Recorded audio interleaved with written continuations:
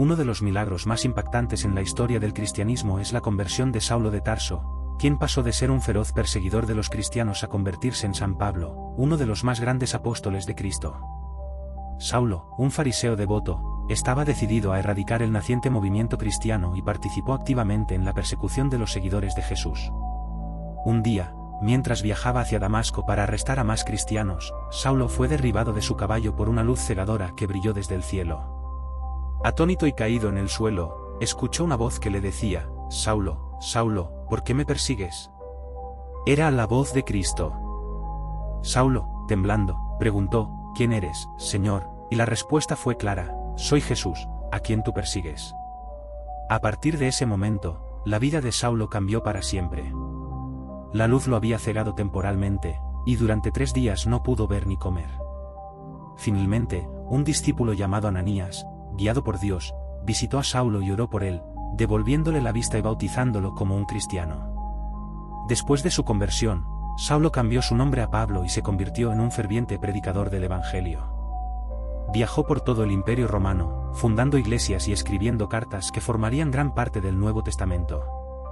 Su transformación de perseguidor a apóstol fue un testimonio viviente del poder redentor de la gracia divina. La conversión de San Pablo es recordada como uno de los milagros más significativos en la historia de la Iglesia. Demuestra que nadie está más allá del alcance de la misericordia de Dios, y que Él puede transformar incluso al enemigo más feroz en un instrumento de su voluntad. Pablo pasó el resto de su vida predicando el mensaje de Cristo y enfrentando persecuciones, hasta ser martirizado en Roma. Sin embargo, su legado como uno de los más grandes defensores del cristianismo ha perdurado a lo largo de los siglos. San Antonio de Padua, uno de los santos más venerados de la Iglesia Católica, es conocido no solo por su elocuente predicación, sino también por los milagros que ocurrieron a lo largo de su vida. Uno de los más sorprendentes tuvo lugar en una pequeña ciudad italiana, cuando San Antonio fue desafiado por un hereje que no creía en la presencia real de Cristo en la Eucaristía. El hombre retó a San Antonio a demostrar la verdad de la Eucaristía de una manera inusual, encerró a su mula durante 3 días sin darle de comer, y al final de ese tiempo, presentó 2 opciones ante el animal hambriento. Colocó un montón de heno en un lado y una hostia consagrada en el otro, y le pidió a San Antonio que demostrara que la mula elegiría la hostia en lugar de la comida. Con gran confianza en el poder de Dios, San Antonio aceptó el reto. Se colocó frente a la mula, sosteniendo la hostia consagrada, y le habló con firmeza y fe, diciéndole que si reconocía al Creador del universo presente en la hostia, debía postrarse en adoración. A lo que todos presenciaron con asombro fue un verdadero milagro. La mula, ignorando el heno, caminó hacia San Antonio y se arrodilló reverentemente frente a la hostia. Los espectadores, tanto creyentes como escépticos, quedaron impresionados y muchos se convirtieron al presenciar este signo divino. Este milagro no solo reafirmó la creencia en la presencia real de Cristo en la Eucaristía, sino que también subrayó la profunda conexión de San Antonio con la naturaleza y su capacidad para hacer que incluso los animales reconocieran la divinidad. Desde entonces, este episodio ha sido recordado como un testimonio del poder de la fe y la autoridad espiritual de San Antonio. El milagro de la mula arrodillada es una de las historias más famosas asociadas con San Antonio, y ha sido narrada a lo largo de los siglos como un ejemplo de la forma en que Dios puede manifestarse incluso en los actos más simples. El relato del cruce del Mar Rojo es uno de los milagros más espectaculares narrados en la Biblia. Después de liberar a los israelitas de la esclavitud en Egipto, Moisés los guió hacia la tierra prometida, pero su camino fue bloqueado por el Mar Rojo. Mientras el faraón, arrepentido de haber dejado ir a los esclavos, enviaba su ejército en persecución, los israelitas quedaron atrapados entre el mar y los soldados egipcios. El miedo y la desesperación se apoderaron del pueblo de Israel, que empezó a quejarse y a culpar a Moisés por haberlos sacado de Egipto solo para morir en el desierto. Pero Moisés, confiando en la promesa de Dios, se acercó al borde del mar y levantó su bastón. En ese momento, ocurrió uno de los milagros más asombrosos de la historia bíblica. Dios envió un fuerte viento que separó las aguas del mar, formando 2 enormes paredes de agua con un camino seco en el medio. Los israelitas, atónitos, comenzaron a cruzar el mar por el lecho seco, mientras las aguas permanecían firmes a ambos lados. Durante toda la noche, los israelitas caminaron a salvo hasta el otro lado, guiados por una columna de fuego que les iluminaba el camino. Cuando los egipcios intentaron seguirlos, Dios hizo que las ruedas de sus carros se atascaran en el suelo, y cuando Moisés levantó su bastón de nuevo, las aguas se cerraron sobre ellos, destruyendo el ejército del faraón. Los israelitas, libres y a salvo en la otra orilla, cantaron canciones de alabanza a Dios por su liberación. Este milagro no solo aseguró la libertad de los israelitas, sino que también fue una demostración del poder y la fidelidad de Dios. Para ellos, fue un momento decisivo que marcó el inicio de su camino hacia la tierra prometida, y para las generaciones futuras, el cruce del Mar Rojo se convirtió en un símbolo de la protección divina y la victoria sobre la opresión. La historia del Mar Rojo ha sido relatada en innumerables ocasiones, y sigue siendo un testimonio del poder de Dios para intervenir en los momentos más difíciles. Ha inspirado a millones de personas a confiar en Dios en tiempos de desesperación y a creer en los milagros, incluso cuando las circunstancias parecen imposibles. San Francisco de Asís, conocido por su profundo amor a la naturaleza y a todas las criaturas de Dios, protagonizó un milagro memorable en la pequeña ciudad italiana de Gubbio, donde los habitantes vivían aterrorizados por un lobo feroz que había estado atacando a personas y ganado. El lobo, desesperado por el hambre, se había vuelto cada vez más agresivo, y los aldeanos temían salir de sus casas. Cuando San Francisco llegó a Gubbio, escuchó las historias sobre el lobo y decidió intervenir. Aunque los habitantes le advirtieron del peligro, Francisco, confiando en el poder de Dios, se adentró en el bosque en busca del lobo. Cuando lo encontró, la fiera se abalanzó sobre él con los dientes descubiertos, pero Francisco, con calma, hizo la señal de la cruz y habló con el lobo en un tono de paz y serenidad. Sorprendentemente, el lobo se detuvo, cerró su boca y se acercó a San Francisco como un cordero dócil. Francisco le habló con ternura, diciéndole que entendía su hambre, pero que su violencia era inaceptable. Le prometió que los habitantes de Gubbio lo alimentarían regularmente si el lobo dejaba de atacar. El lobo, como si comprendiera, inclinó la cabeza y puso su pata en la mano de Francisco, sellando el acuerdo. San Francisco llevó al lobo de vuelta al pueblo, donde los aterrorizados habitantes lo vieron caminar pacíficamente junto a él. Francisco explicó el pacto que había hecho con el animal, y los aldeanos, aliviados, aceptaron alimentar al lobo regularmente. Desde ese día, el lobo vivió entre los habitantes de Gubbio como un amigo, sin causar más daño. Este milagro no solo trajo paz a la ciudad, sino que también destacó la profunda conexión de San Francisco con todas las criaturas de Dios. Su capacidad para comunicarse con el lobo demostró su santidad y su mensaje de reconciliación entre los seres humanos y la naturaleza. El lobo vivió en paz entre los aldeanos hasta su muerte, y cuando finalmente murió de viejo, la ciudad lo lloró como a un miembro querido de la comunidad. Gubbio recuerda este milagro como un símbolo de la armonía entre el hombre y la creación. Con el tiempo, el milagro del lobo de Gubbio se ha convertido en una de las historias más queridas sobre San Francisco, inspirando a los cristianos a tratar con compasión a todas las criaturas de Dios y a buscar soluciones pacíficas a los conflictos. Una de las historias más conocidas en el Nuevo Testamento es el milagro de la multiplicación de los panes y los peces, narrada en los Evangelios. Ocurrió en un momento crucial del ministerio de Jesús, cuando una gran multitud lo seguía, escuchando sus enseñanzas y buscando sanación. Un día, mientras Jesús predicaba cerca de un lago, la multitud creció hasta más de 5.000 personas, sin contar mujeres y niños. Al caer la tarde, los discípulos de Jesús se preocuparon por la falta de comida para tanta gente. Le sugirieron que despidiera a la multitud para que pudieran ir a las aldeas cercanas y comprar comida. Sin embargo, Jesús les sorprendió al decir: «Dadles vosotros de comer». Los discípulos, incrédulos, respondieron que solo tenían 5 panes de cebada y 2 pequeños peces que un joven había ofrecido. Jesús les pidió que trajeran los panes y los peces, y ordenó a la multitud que se sentara en el suelo. Luego, levantó la vista al cielo, dio gracias a Dios, y partió los panes y los peces, entregándoselos a los discípulos para que los distribuyeran entre la gente. Lo que ocurrió después fue asombroso: los pocos panes y peces se multiplicaron de manera milagrosa, y todos los presentes comieron hasta saciarse. Cuando la multitud terminó de comer, los discípulos recogieron los restos y llenaron 12 canastas con los pedazos que sobraron. Era un milagro evidente, no solo porque alimentó a miles de personas, sino también porque sobró mucho más de lo que se había tenido al principio. Este milagro dejó una impresión profunda en todos los que estaban presentes. Fue una poderosa demostración de la capacidad de Jesús para satisfacer tanto las necesidades físicas como espirituales de las personas. No solo les dio alimento, sino que también les enseñó sobre la generosidad y la provisión divina. la multiplicación de los panes y los peces se ha interpretado como un símbolo del poder de Dios para proveer abundantemente a su pueblo, incluso cuando los recursos parecen escasos. Además, algunos ven en este milagro una prefiguración de la Eucaristía, donde el pan se multiplica para alimentar espiritualmente a los fieles. Este evento no solo satisfizo el hambre física de la multitud, sino que también reforzó su fe en Jesús como el Mesías, el Hijo de Dios. Para los discípulos, fue un recordatorio de que, aunque las situaciones parezcan imposibles, con la fe en Dios, siempre habrá una solución. Con el tiempo, la historia de la multiplicación de los panes y los peces ha inspirado a generaciones de cristianos a confiar en la providencia de Dios y a compartir generosamente con los demás, sabiendo que Él puede multiplicar lo poco que tenemos para bendecir a muchos. En el Antiguo Testamento, uno de los milagros más sorprendentes y recordados es la provisión de maná que Dios concedió al pueblo de Israel durante su travesía por el desierto. Después de haber sido liberados de la esclavitud en Egipto, los israelitas se enfrentaron a la dura realidad de sobrevivir en el desierto, un lugar inhóspito y carente de alimentos. El hambre pronto comenzó a afectar al pueblo, y muchos comenzaron a quejarse a Moisés, añorando los días en Egipto, donde al menos tenían comida. Moisés, angustiado por la situación, clamó a Dios en busca de ayuda.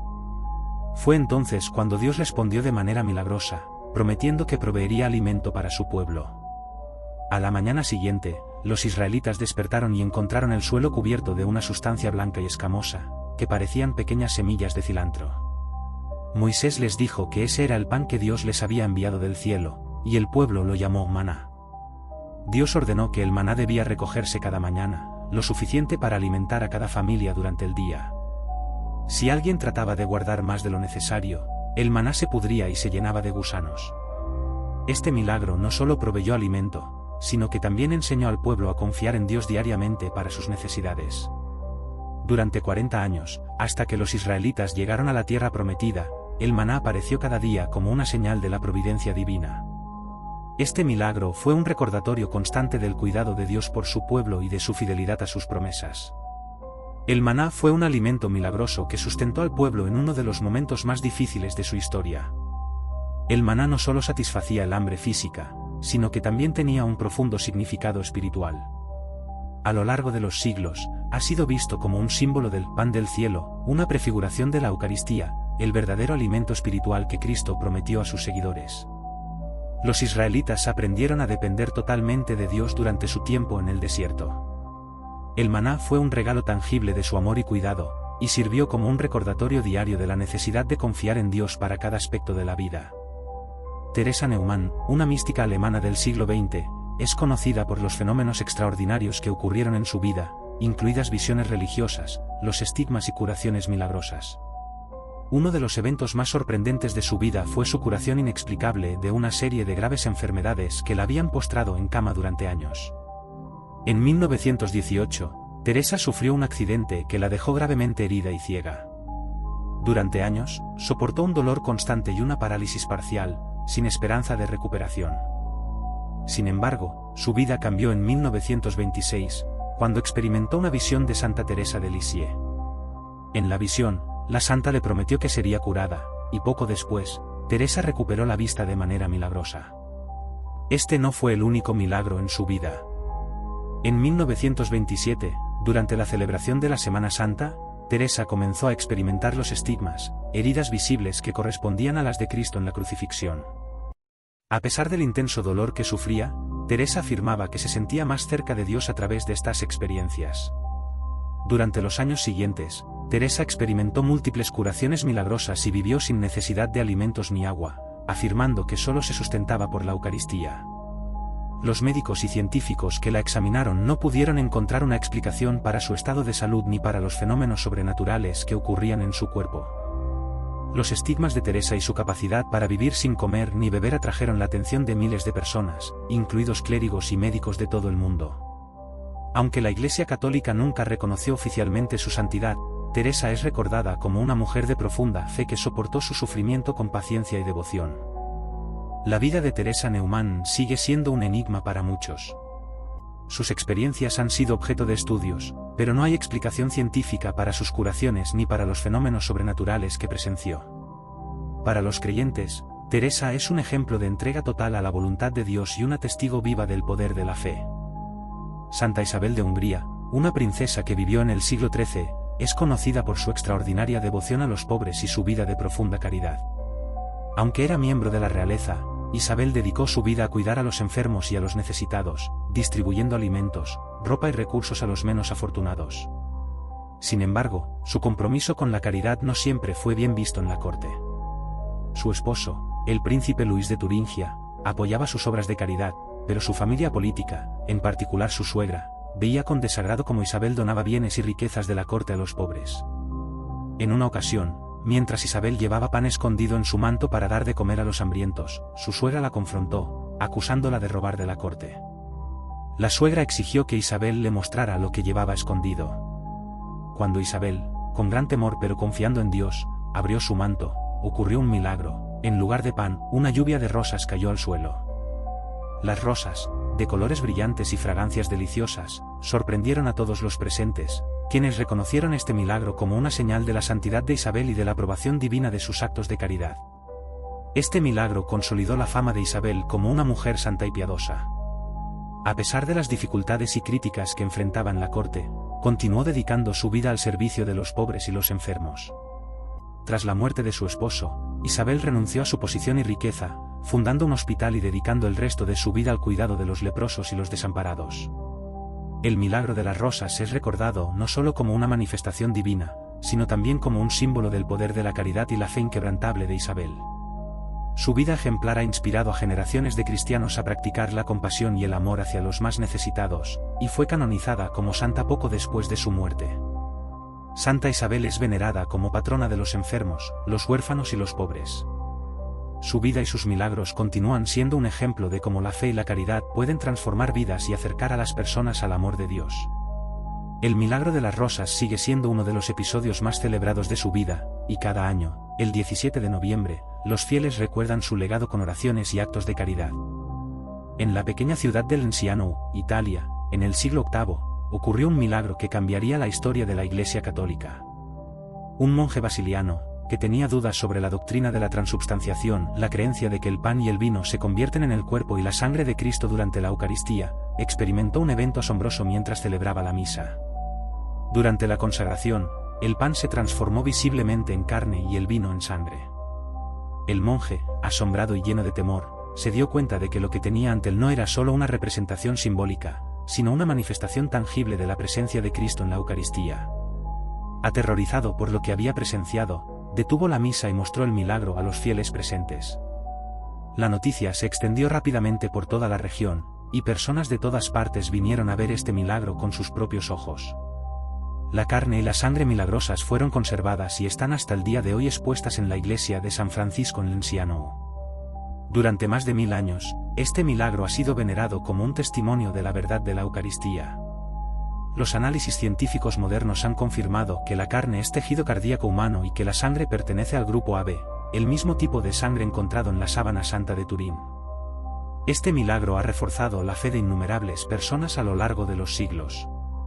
La carne y la sangre no se han descompuesto, a pesar de no estar conservadas mediante métodos naturales, lo que ha dejado perplejos a científicos y médicos que han estudiado el fenómeno. Los análisis también han revelado que la sangre contenía proteínas y minerales en las proporciones exactas que se encuentran en la sangre humana viva, algo imposible de explicar por medios naturales. A lo largo de la historia, la Iglesia ha considerado el milagro del Lanciano como una prueba irrefutable de la presencia real de Cristo en la Eucaristía. Este milagro ha sido uno de los pilares de la devoción eucarística, especialmente en tiempos de duda o crisis en la Iglesia. Para los fieles, es un recordatorio de la cercanía de Dios y de su promesa de estar presente en cada misa celebrada. Los peregrinos que visitan Lanciano experimentan un profundo sentido de asombro y reverencia al ver el milagro. Muchos reportan un aumento en su fe y una renovación espiritual después de rezar ante las reliquias. Este milagro ha sido particularmente significativo en momentos históricos en los que la creencia en la transubstanciación ha sido cuestionada, sirviendo como un signo visible de la fe católica. A lo largo de los siglos, varios papas han reconocido la importancia del milagro del Lanciano, enviando bendiciones a los peregrinos y promoviendo la devoción a la Eucaristía. En tiempos recientes, la Iglesia ha alentado a los fieles a renovar su fe en la Eucaristía, utilizando el milagro del Lanciano como un poderoso recordatorio de la promesa de Cristo.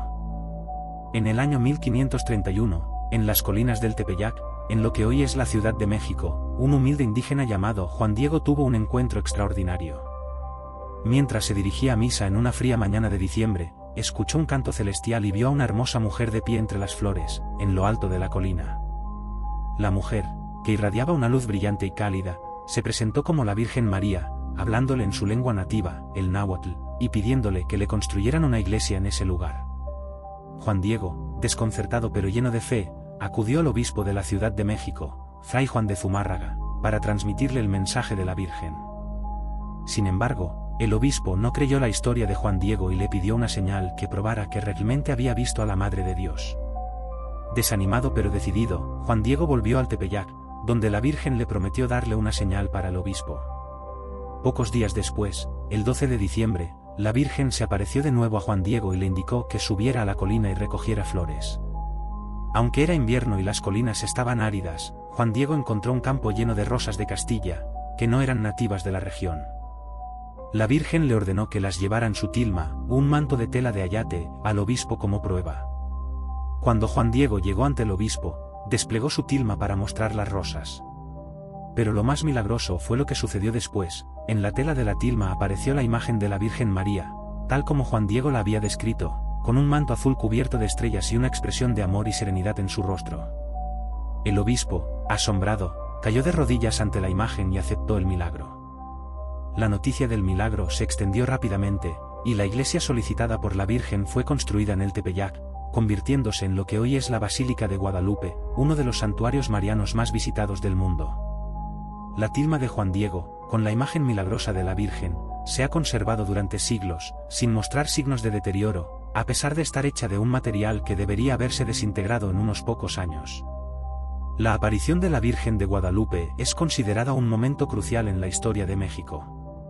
No solo fortaleció la fe cristiana entre los indígenas, sino que también unió a los pueblos nativos y los colonizadores bajo un símbolo común de esperanza y fe. La Virgen de Guadalupe, con su piel morena y su manto de estrellas, se convirtió en la Madre de las Américas, y sigue siendo un poderoso símbolo de unidad y protección para los mexicanos y los fieles de todo el continente. Además del milagro de la tilma, muchas personas han reportado otras curaciones milagrosas y favores concedidos por la intercesión de la Virgen de Guadalupe. Su imagen, venerada en hogares e iglesias de todo México y más allá, ha tocado los corazones de millones de creyentes a lo largo de los siglos. A lo largo de los años, la tilma ha sido sometida a estudios científicos, pero sigue desafiando las explicaciones naturales. Los expertos han señalado que los pigmentos de la imagen no parecen corresponder a ninguna técnica de pintura conocida, y la tela misma no muestra signos de envejecimiento o degradación, lo que refuerza la creencia en su origen sobrenatural. Cada 12 de diciembre, millones de peregrinos acuden a la Basílica de Guadalupe para honrar a la Virgen y agradecerle por su protección y milagros. La imagen en la tilma sigue siendo un símbolo vivo de fe, esperanza y amor para los católicos de todo el mundo. El Papa Juan Pablo II fue una de las figuras más influyentes y queridas del siglo XX, no solo por su liderazgo en la Iglesia Católica, sino también por su papel en la caída del comunismo en Europa del Este y su incansable defensa de la dignidad humana. Durante su pontificado, muchos creyentes reportaron haber sido testigos de milagros atribuidos a su intercesión, tanto en vida como después de su muerte. Uno de los milagros más notables ocurrió en el año 2011, cuando una monja francesa llamada Marie Simon-Pierre, que sufría de Parkinson, experimentó una curación inexplicable después de rezarle al Papa Juan Pablo II. La hermana María había sido diagnosticada con la misma enfermedad que afectaba al propio Papa en sus últimos años, y su condición empeoraba progresivamente, haciéndole casi imposible realizar sus tareas diarias. Tras la muerte del Papa en 2005, la hermana Marie comenzó a rezarle, pidiendo su intercesión para aliviar su sufrimiento. Una noche, después de haber rezado con gran fervor, se despertó sintiéndose diferente. Para su asombro, descubrió que todos los síntomas de la enfermedad habían desaparecido por completo. Los médicos, desconcertados, no pudieron ofrecer una explicación médica para su recuperación. Este milagro fue uno de los elementos clave en el proceso de canonización de Juan Pablo II. La Iglesia llevó a cabo una investigación exhaustiva sobre la curación, y finalmente lo reconoció como un milagro atribuido a la intercesión del Papa.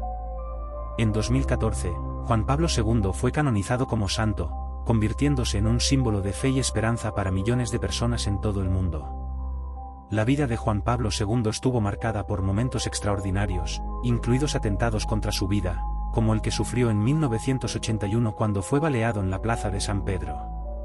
El Papa siempre atribuyó su supervivencia a la intervención de la Virgen de Fátima, diciendo que una mano disparó, pero otra guió la bala. Su capacidad para perdonar al hombre que intentó asesinarlo fue vista como un testimonio vivo de su profundo amor cristiano y su fe en la misericordia divina. El legado de Juan Pablo II continúa vivo en la Iglesia Católica y en los corazones de aquellos que fueron tocados por su carisma y su mensaje de paz y reconciliación.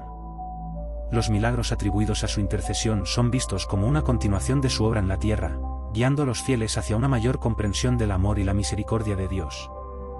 La batalla de Lepanto, que tuvo lugar el 7 de octubre de 1571, es recordada no solo como una de las confrontaciones navales más importantes de la historia, sino también como un milagro atribuido a la intervención de la Virgen María.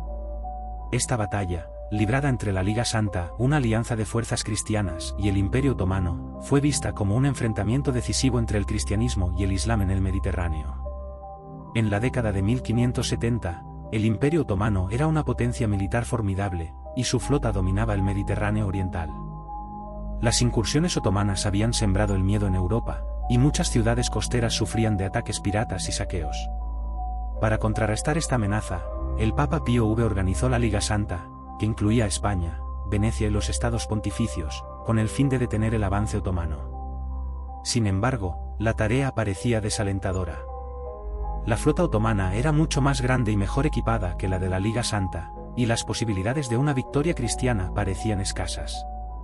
Ante esta situación, el Papa Pío V pidió a todos los cristianos que rezaran el rosario para pedir la intercesión de la Virgen María en la batalla. En Roma, se llevaron a cabo procesiones y oraciones masivas, y el rosario se convirtió en la principal arma espiritual de los cristianos. El 7 de octubre, las dos flotas se encontraron cerca de la ciudad de Lepanto, en el Golfo de Patras. La batalla fue feroz y sangrienta, con ambas fuerzas luchando con una determinación desesperada. En un momento crítico, parecía que los otomanos estaban a punto de ganar, pero entonces ocurrió algo extraordinario, una serie de maniobras milagrosas por parte de la flota cristiana, junto con una repentina calma en los vientos, cambió el curso de la batalla. Las fuerzas cristianas, lideradas por Don Juan de Austria, lograron destruir gran parte de la flota otomana y capturar muchos de sus barcos. La victoria fue total, y la amenaza otomana en el Mediterráneo fue detenida por completo. Los cristianos atribuyeron esta victoria milagrosa a la intercesión de la Virgen María, y el Papa Pío V, en reconocimiento de este hecho, instituyó la fiesta de Nuestra Señora del Rosario para conmemorar el evento. La victoria en Lepanto fue vista como un punto de inflexión en la historia europea. No solo detuvo la expansión del Imperio Otomano, sino que también reforzó la fe cristiana en toda Europa. Las iglesias de todo el continente se llenaron de agradecimiento, y el rosario se convirtió en una devoción aún más popular entre los fieles. En la actualidad, la batalla de Lepanto sigue siendo recordada como un ejemplo del poder de la oración y la intervención divina en los asuntos humanos. La fiesta de Nuestra Señora del Rosario, celebrada el 7 de octubre, es un recordatorio de cómo, en los momentos más oscuros, la fe y la esperanza pueden prevalecer. En la ciudad italiana de Nápoles, existe una tradición religiosa única que gira en torno a San Ginérou, el patrón de la ciudad. Cada año, en 3 fechas específicas, los napolitanos se reúnen en la catedral para presenciar un milagro muy especial, la licuefacción de la sangre de San Ginérou, que se conserva en una ampolla desde hace siglos. Este milagro ha sido un signo de protección y bendición para la ciudad, especialmente en momentos de crisis. San Ginérou fue un obispo y mártir cristiano que vivió en el siglo III. Fue decapitado durante una de las persecuciones de cristianos, y según la tradición, su sangre fue recogida por una mujer piadosa. La sangre, que se había secado en la ampolla, ha sido guardada como una reliquia desde entonces. Lo extraordinario es que, en varias ocasiones al año, la sangre se licúa de forma milagrosa, como un signo de la presencia y protección de San Ginérou. Uno de los momentos más críticos en la historia de este milagro ocurrió en 1631, cuando el monte Vesubio, el volcán que domina el paisaje de Nápoles, entró en erupción de manera violenta. La lava avanzaba hacia la ciudad, y los habitantes, desesperados, acudieron a la catedral para orar y pedir la intercesión de San Ginérou. El obispo de la ciudad, llevando la ampolla con la sangre del santo, salió en procesión hacia la montaña. Mientras los fieles rezaban fervorosamente, la sangre de San Ginérou se licuó, y, sorprendentemente, el flujo de lava se detuvo antes de alcanzar la ciudad. Este evento fue visto como una señal clara de la intervención del santo para salvar a su pueblo. Desde entonces, el milagro de la licuefacción se ha convertido en un signo de esperanza para los napolitanos, y cada vez que ocurre, es celebrado con gran fervor.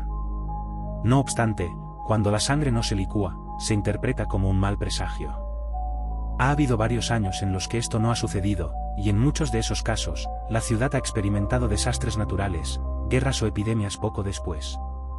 Esto ha reforzado la creencia en el poder protector de San Gennaro. El milagro de la sangre es observado tanto por creyentes como por científicos, y aunque se han propuesto diversas explicaciones para el fenómeno, no se ha encontrado una respuesta concluyente. Para los napolitanos, la licuefacción sigue siendo un misterio sagrado, un milagro que refuerza su fe y les da esperanza en tiempos difíciles.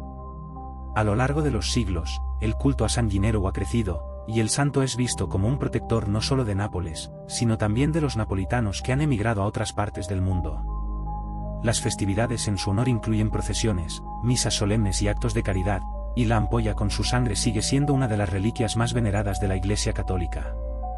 El milagro de la sangre de San Gennaro es un testimonio de la devoción y la fe de un pueblo que ha enfrentado innumerables desafíos, desde desastres naturales hasta invasiones extranjeras. Y cada vez que la sangre se licúa, los napolitanos saben que no están solos, su santo patrón está con ellos, intercediendo ante Dios. Uno de los milagros más sorprendentes y conmovedores de los evangelios es la resurrección de Lázaro, un hombre que había muerto y sido enterrado por 4 días. Lázaro era hermano de Marta y María, 2 seguidoras cercanas de Jesús que vivían en Betania, un pequeño pueblo cerca de Jerusalén. Cuando Lázaro enfermó gravemente, sus hermanas enviaron un mensaje a Jesús, pidiéndole que viniera rápidamente para salvar a su hermano. Sin embargo, Jesús, en lugar de ir de inmediato, permaneció donde estaba durante 2 días más. Cuando finalmente anunció a sus discípulos que iría a Betania, les dijo: «Nuestro amigo Lázaro duerme, pero voy para despertarlo». Los discípulos, sin comprender completamente sus palabras, pensaron que Lázaro solo estaba descansando. Pero Jesús les aclaró: «Lázaro ha muerto, y me alegro por vosotros de no haber estado allí, para que creáis». Al llegar a Betania, Marta corrió hacia Jesús, lamentándose de que no hubiera llegado antes. «Señor, si hubieras estado aquí, mi hermano no habría muerto», le dijo con tristeza. Jesús le respondió con una promesa extraordinaria: «Tu hermano resucitará». Aunque Marta sabía que Jesús tenía poder, no entendía que hablaba de un milagro inminente. Pensaba que se refería a la resurrección final en el último día. Cuando Jesús llegó a la tumba, donde una gran piedra cubría la entrada, se encontró con María, que también le expresó su dolor. Jesús, profundamente conmovido por el llanto de las hermanas y de los amigos de Lázaro, lloró. Fue un momento humano y divino, en el que el Hijo de Dios mostró su compasión por el sufrimiento humano. Luego, pidió que removieran la piedra que sellaba la tumba. Marta, sorprendida, le advirtió: «Señor, ya huele mal, porque lleva 4 días». Pero Jesús respondió: «¿No te he dicho que si crees verás la gloria de Dios?». Después de que la piedra fue removida, Jesús alzó los ojos al cielo y oró. Luego, con una voz potente, clamó: «Lázaro, sal fuera». Todos los presentes contuvieron la respiración, esperando lo imposible. Para asombro de todos, Lázaro salió de la tumba, todavía envuelto en las vendas funerarias. Jesús les dijo a los presentes: «Desatadlo y dejadlo ir». La multitud quedó maravillada ante este milagro, y muchos creyeron en Jesús a partir de ese día. La resurrección de Lázaro no solo demostró el poder de Jesús sobre la muerte, sino que también prefiguró su propia resurrección, que ocurriría poco tiempo después. Este milagro fue un punto de inflexión en el ministerio de Jesús. Mientras muchos lo veían como una señal clara de que él era el Mesías, otros, especialmente las autoridades religiosas, lo consideraban una amenaza. Este evento aceleró los planes de los líderes para arrestar a Jesús y llevarlo a juicio. Pero para Lázaro y su familia, fue una prueba viva del poder del amor y la misericordia de Dios. A lo largo de los siglos, la resurrección de Lázaro ha sido recordada como uno de los milagros más poderosos de Jesús, simbolizando la victoria de la vida sobre la muerte. También nos recuerda que, para aquellos que creen, no hay nada imposible para Dios. En 1917, en el pequeño pueblo de Fátima, Portugal, 3 niños pastores, Lucía, Jacinta y Francisco, estaban cuidando sus ovejas cuando experimentaron algo extraordinario. Una figura radiante, que se presentó como la Virgen María, se les apareció en una serie de visiones, pidiéndoles que recitaran el rosario diariamente y que rezaran por la conversión de los pecadores. La Virgen prometió un milagro que ocurriría en octubre, para que todos pudieran creer. A medida que las apariciones continuaban, los rumores se extendieron por todo el país. Algunos creían en los niños, mientras que otros se mostraban escépticos. Las autoridades eclesiásticas y el gobierno comenzaron a investigar el asunto, pero los niños mantuvieron su historia, a pesar de ser interrogados, y en ocasiones, amenazados. Lucía, la mayor de los tres, fue quien más comunicaba los mensajes de la Virgen, describiéndola como una mujer vestida de blanco con un manto brillante. Finalmente, llegó el 13 de octubre de 1917. Una multitud de unas 70,000 personas se reunió en el campo donde los niños afirmaban haber visto a la Virgen. El día estaba lluvioso y gris, y muchos asistentes estaban empapados. Sin embargo, al mediodía, la lluvia cesó, y ocurrió lo que ahora se conoce como el milagro del sol. El sol, según los testimonios de los presentes, comenzó a girar en el cielo, cambiando de colores y moviéndose en patrones inusuales, dando la impresión de que se precipitaba hacia la tierra.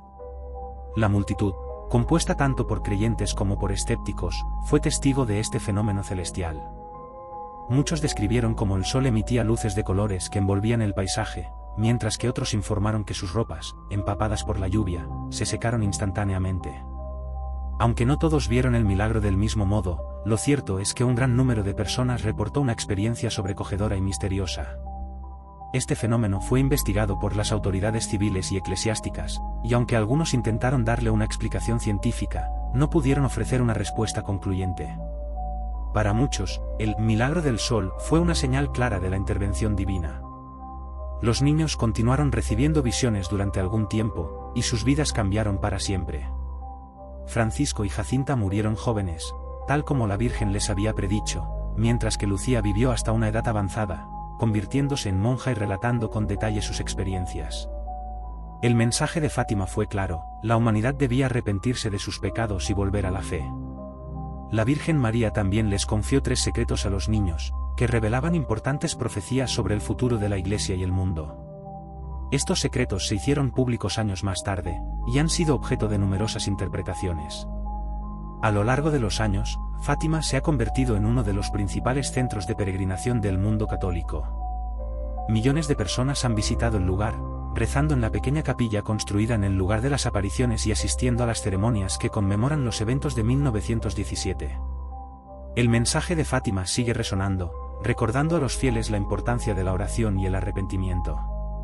El milagro del sol ha sido uno de los fenómenos religiosos más documentados del siglo XX.